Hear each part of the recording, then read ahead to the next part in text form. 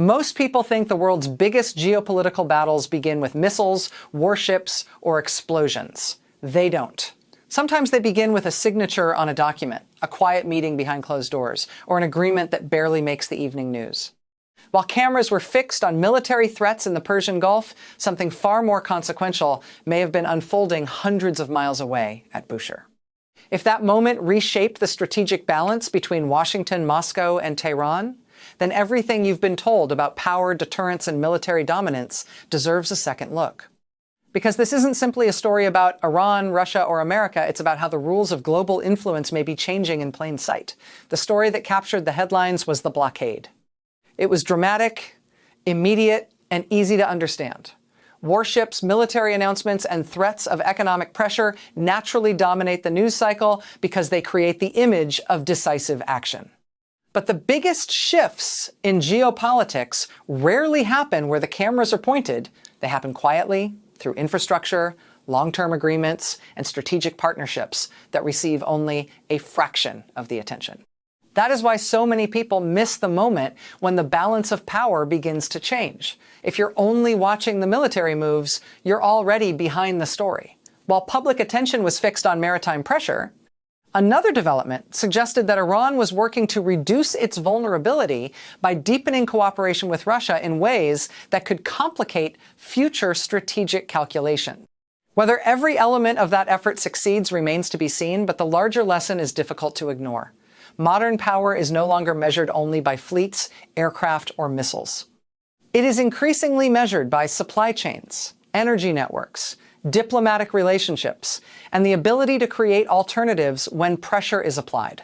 That is where today's geopolitical contests are increasingly decided, and that is the story many headlines never tell.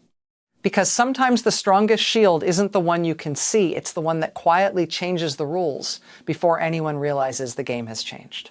There is a reason Bushehr has become one of the most closely watched locations in the Middle East, and it goes far beyond what appears on a military map. It represents the point where energy security, international diplomacy, civilian nuclear infrastructure, and great power competition all intersect.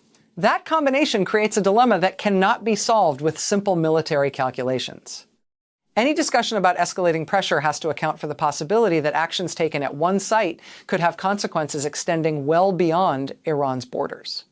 Regional governments, global energy markets, and international partners all have interests tied to stability in this area, making every decision significantly more complicated than political rhetoric often suggests. This is the reality that rarely fits into a television headline. Military strength alone does not determine strategic success. Decision makers must also weigh economic disruption, diplomatic fallout, environmental risks, and the reactions of other major powers with interests on the ground.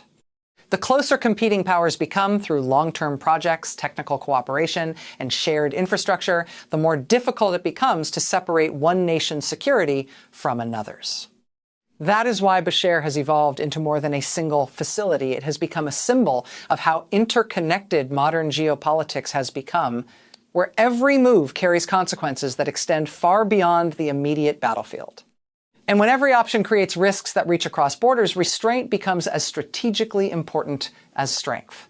For decades, military strength has often been measured by the number of warships at sea, fighter jets in the air, or missiles in reserve. But the geopolitical landscape is changing, and influence is increasingly built through something far less visible: strategic presence. It is established through long-term infrastructure projects, energy cooperation, technical expertise, diplomatic relationships, and economic commitments that become difficult to unwind. These forms of engagement do not generate dramatic headlines, yet they can alter the calculations of every government involved in a crisis. That is why the developments surrounding Russia's engagement with Iran deserve close attention. When countries become connected through energy systems, industrial projects, transportation corridors, and ongoing technical cooperation, every future decision carries wider consequences.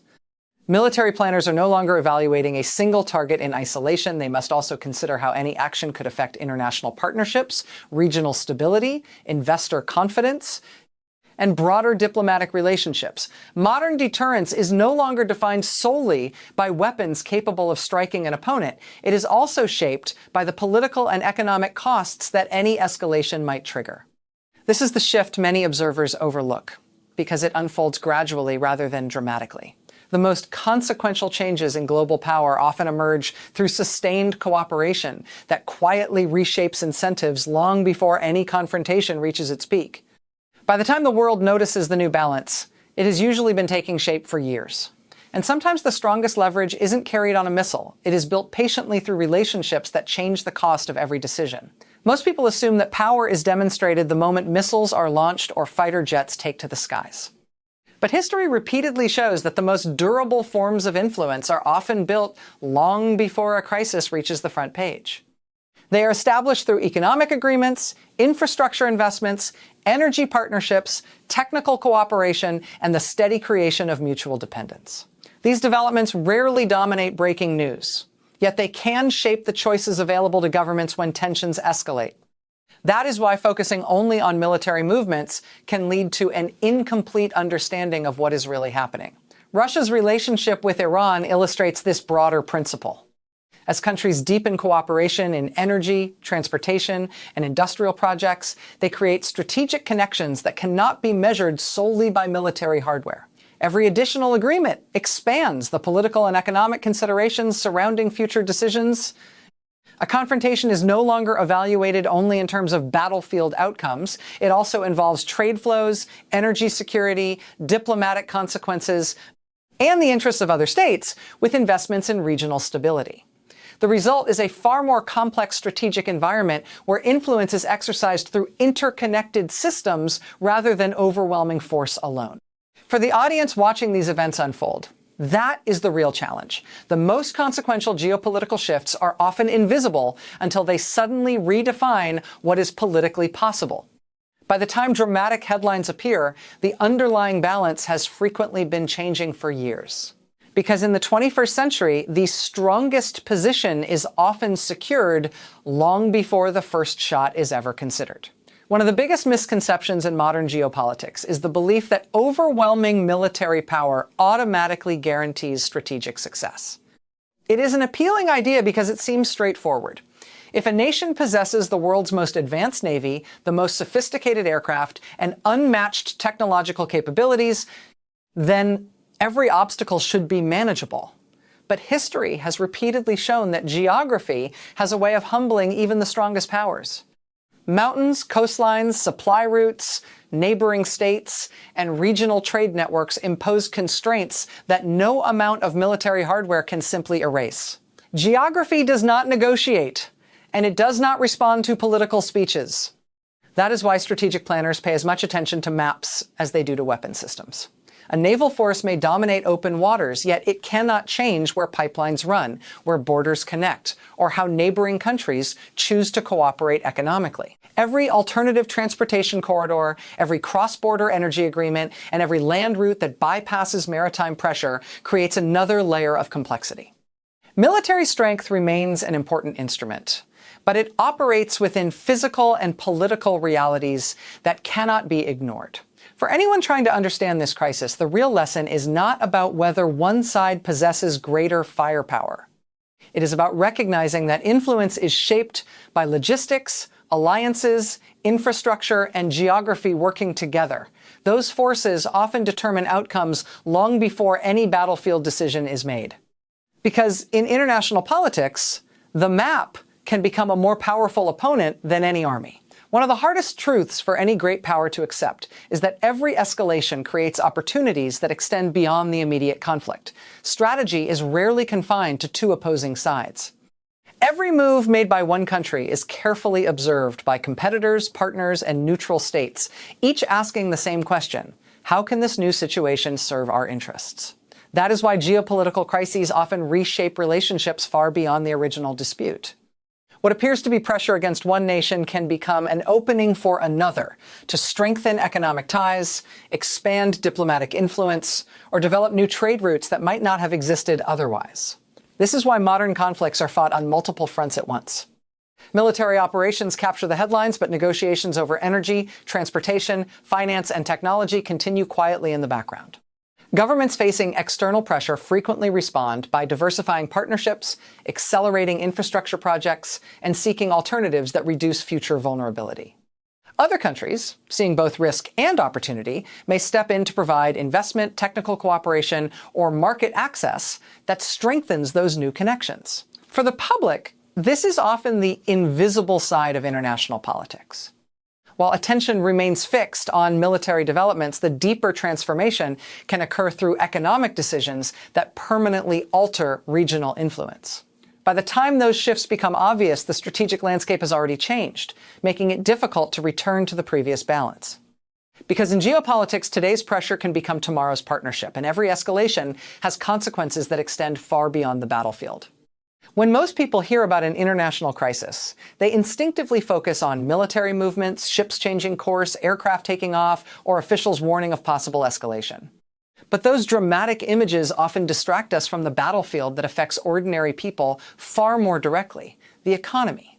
The first signs of a geopolitical shock are often found not on a military map, but in shipping, insurance premiums, energy prices, freight costs, supply chains, and the price of everyday necessities. Long before history judges who gain the strategic advantage, families and businesses begin paying the financial cost. That is why economists and strategic planners pay such close attention to trade routes and energy infrastructure. When uncertainty disrupts global commerce, companies delay investments, importers search for alternative suppliers, and markets react almost instantly. Even countries far removed from the conflict can experience higher transportation costs, inflationary pressure, or slower economic growth. In an interconnected global economy, disruptions rarely remain local. They ripple across continents through markets that operate every hour of every day. This is the challenge that makes modern geopolitical competition fundamentally different from many conflicts of the past.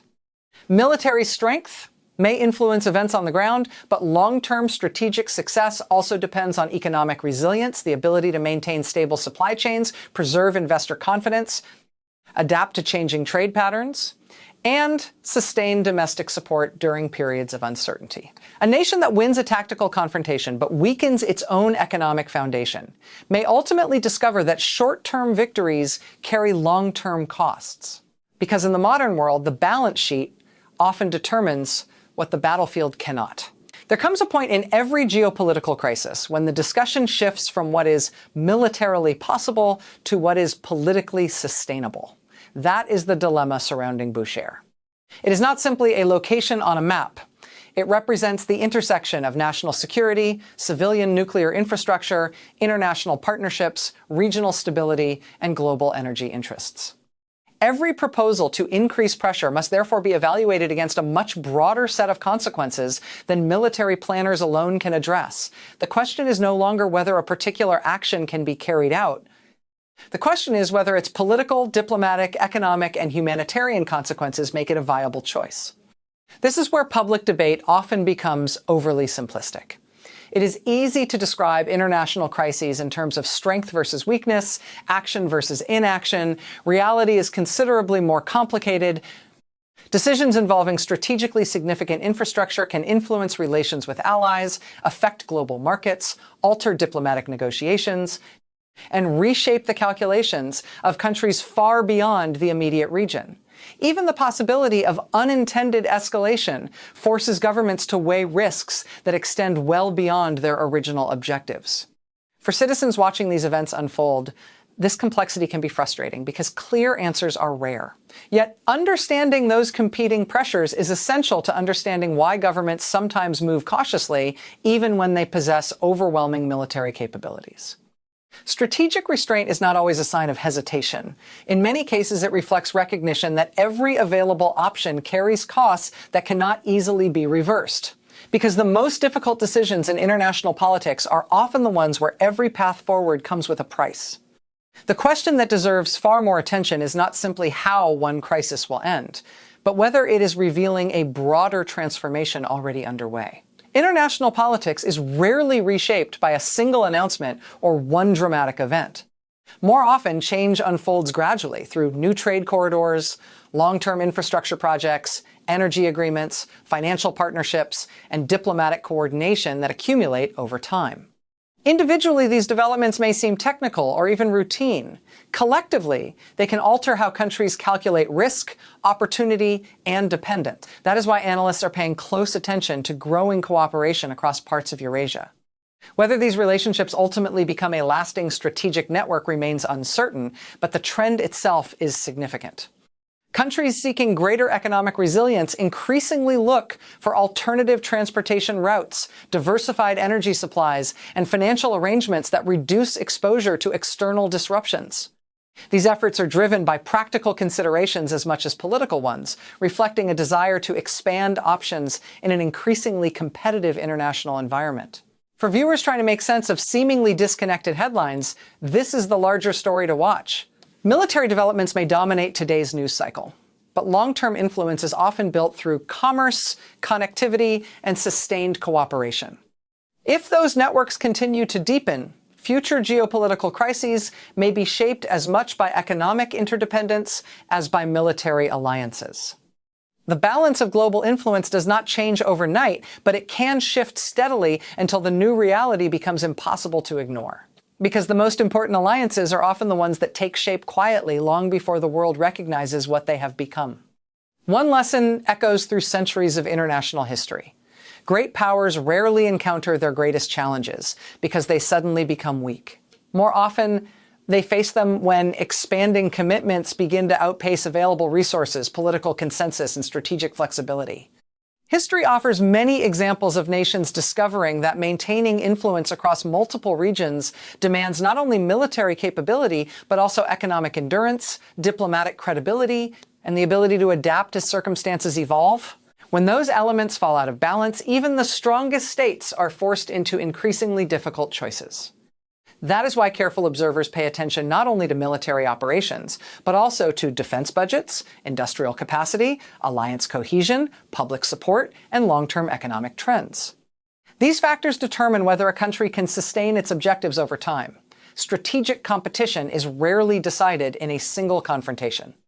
It unfolds over years, through countless decisions about where to commit resources, when to negotiate, how to maintain partnerships, and which priorities deserve the greatest attention.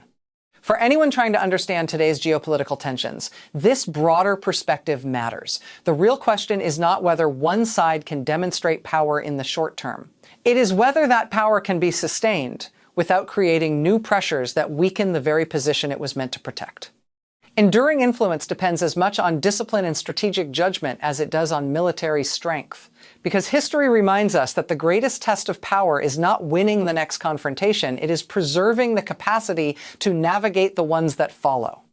As we reach the end of this discussion, the most important question is not whether any nation possesses the military capability to launch another strike.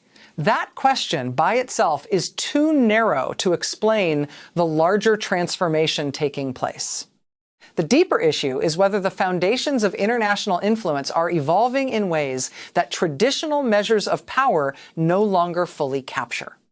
Military strength remains an essential element of statecraft, but it now operates alongside economic resilience, technological capacity, energy security, diplomatic partnerships, and control over critical infrastructure.